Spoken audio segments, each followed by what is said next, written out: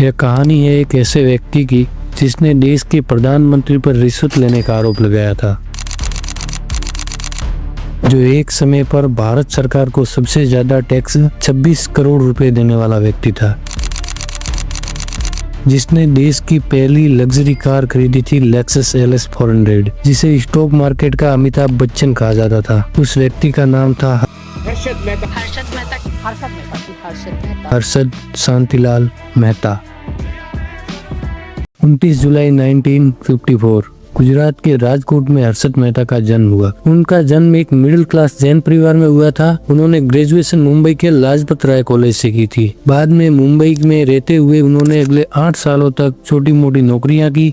बाद में जब वे New India Association Company Limited में बतौर सेल्स पर्सन काम कर रहे थे, तभी उनका इंटरेस्ट स्टॉक मार्केट की तरफ जागा और उन्होंने नौकरी छोड़ दी। बाद में इन्होंने हरिजीवन दास नेमीदास सिक्योरिटीज नाम की ब्रोकरेज फर्म में बतौर जॉबर नौकरी ज्वाइन कर ली और परिजीवन दास को अपना गुरु मान लिया। इनके साथ मिलकर ही इन्होंने स्टॉक मार्केट के पैंतरे सीखे थे। अब साल आता है 1984, जब हर्षद मेहता खुद की brokerage firm grow more research and asset management नाम की कंपनी की शुरुआत करते हैं और बॉम्बे स्टॉक एक्सचेंज में बतौर ब्रोकर मेंबरशिप लेते हैं। यहीं से उनका स्टॉक मार्केट के बेताज बादशाह बनने का सफर शुरू होता है। आगे बढ़ने से पहले ये मेरा पहला वीडियो जिसमें मैं खुद की वॉइस यूज कर रहा हूँ, तो आपको वॉइस कैसी लगी वो कमेंट करके जरूर बताना, और क्या मेरे को यही वॉइस आगे भी कंटिन्यू करनी चाहिए या फिर दूसरे को AI वॉइस का यूज करना चाहिए, ये भी कमेंट में जरूर बताता। तो चलिए वापस वीडियो शुरू करते हैं। हर्षद मेहता स्टॉक मार्केट में उस समय बहुत अच्छा प्रॉफिट कमा रहा था, लेकिन जितना पैसा आता उसके साथ ही हर्षद के पैसों की भूख और बढ़ जाती। हर्षद अखबारों में एडवाइजरी कॉलम लिखने लगा था और लोगों को बोलता था कि आप कौन से स्टॉक में पैसा लगाए जिससे आपको फायदा होगा और कौन से स्टॉक में पैसा न लगाए जिससे आपको नुकसान होगा। लेकिन बाद में पता चला कि हर्षद सिर्फ उसी कंपनी में पैसा लगाने की एडवाइस देता जिसमें हर्षद का खुद का पैसा लगा हुआ होता था। हर्षद किसी एक कंपनी के शेयर को बड़ी मात्रा में खरीदता था, जिससे उस कंपनी के शेयर का भाव ऊपर उठने लगता और मीडिया में भी चर्चा होती कि हर्षद ने किसी कंपनी के शेयर खरीदे। ये सुनकर आम लोग भी उसी कंपनी के शेयर खरीदने लगते, जिससे उस कंपनी के शेयर की कीमत बढ़ जाती।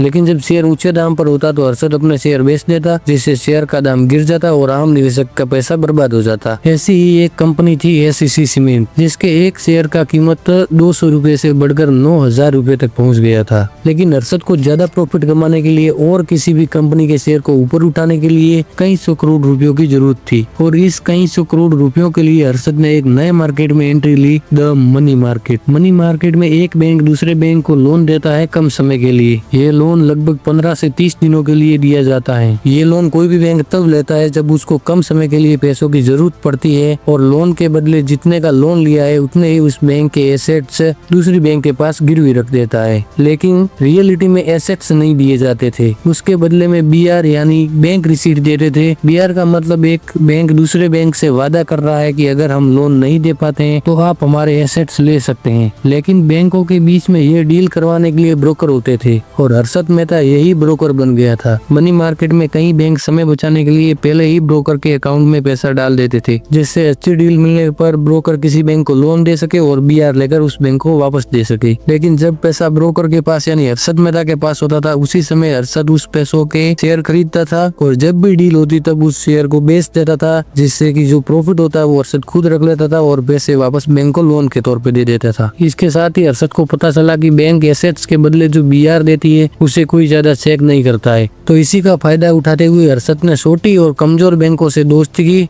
उदाहरण के लिए बैंक ऑफ करद, ऐसी छोटी बैंकों से नकली BR बनवाकर वो बैंकों को दिखाई और उन बैंकों से उनके बदले में करोड़ों रुपए ले लिए और इस पैसे को सीधे स्टॉक मार्केट में लगाता, और इस तरीके से हर्षद को बैंकों से करोड़ों रुपए भी मिल जाता और वो लंबे समय के लिए भी मिल जाता, जिससे हर्षद के पास स्टॉक मार्केट में लगाने के लिए काफी ज्यादा समय होता। इन सब से हर्षद ने इतना पैसा कमा लिया था कि इसने मुंबई में 15,000 स्क्वायर फीट का घर खरीदा था। इसके पास लगभग 15 से 20 लग्जरी गाड़ियां थी, जिससे सबसे फेमस लेक्सस LS 400 थी। यही नहीं, जब ये कहीं जाते तो 9 गाड़ियों का काफिले के साथ जाते, पार्टियां करते, खुद को मीडिया में स्टार बनाया। हर्षद खुद को स्टॉक मार्केट का भगवान मानने लग गया था और पैसा उनके सर पे चढ़ के बोल रहा था। लेकिन फिर साल आता है 1991। RBI को टिप मिलती है कि मनी मार्केट में BR का मिस यूज हो रहा है। थी। इसीलिए आरबीआई ने कुछ बैंकों पर इंक्वायरी बिठाई और बीआर से रिलेटेड कुछ गाइडलाइंस बनाई। अब मनी मार्केट में फेक बीआर का यूज करना पॉसिबल नहीं था, लेकिन इसके बाद भी अरशद ने दिसंबर 1991 में एसबीआई से 500 करोड़ ले लिए और स्टॉक मार्केट में लगा दिए। लेकिन इस समय इसके पास एसबीआई को देने के लिए फेक बीआर नहीं थी। इस दौरान इन्होंने एसबीआई के एक कर्मचारी को अपने साथ मिला लिया और उनसे इस 500 करोड़ का रिकॉर्ड बदलवा दिया। लेकिन इसके बाद भी एसबीआई के सीनियर अधिकारियों को इस 500 करोड़ का पता चल गया और एसबीआई ने अरशद से पैसे वापस करने को कहा और पैसे वापस करने के लिए प्रेशर डाला। लेकिन अरशद को इस समय पैसों की जरूरत थी, इसलिए इन्होंने एक दूसरी बैंक से लोन ले लिया और एसबीआई को पैसे किस्तों में लौटाने लगे। लेकिन तब तक बहुत देर हो चुकी थी। 1992 में टाइम्स ऑफ इंडिया के एक पत्रकार सुचेता दलाल ने अखबार में एक लेख प्रकाशित किया,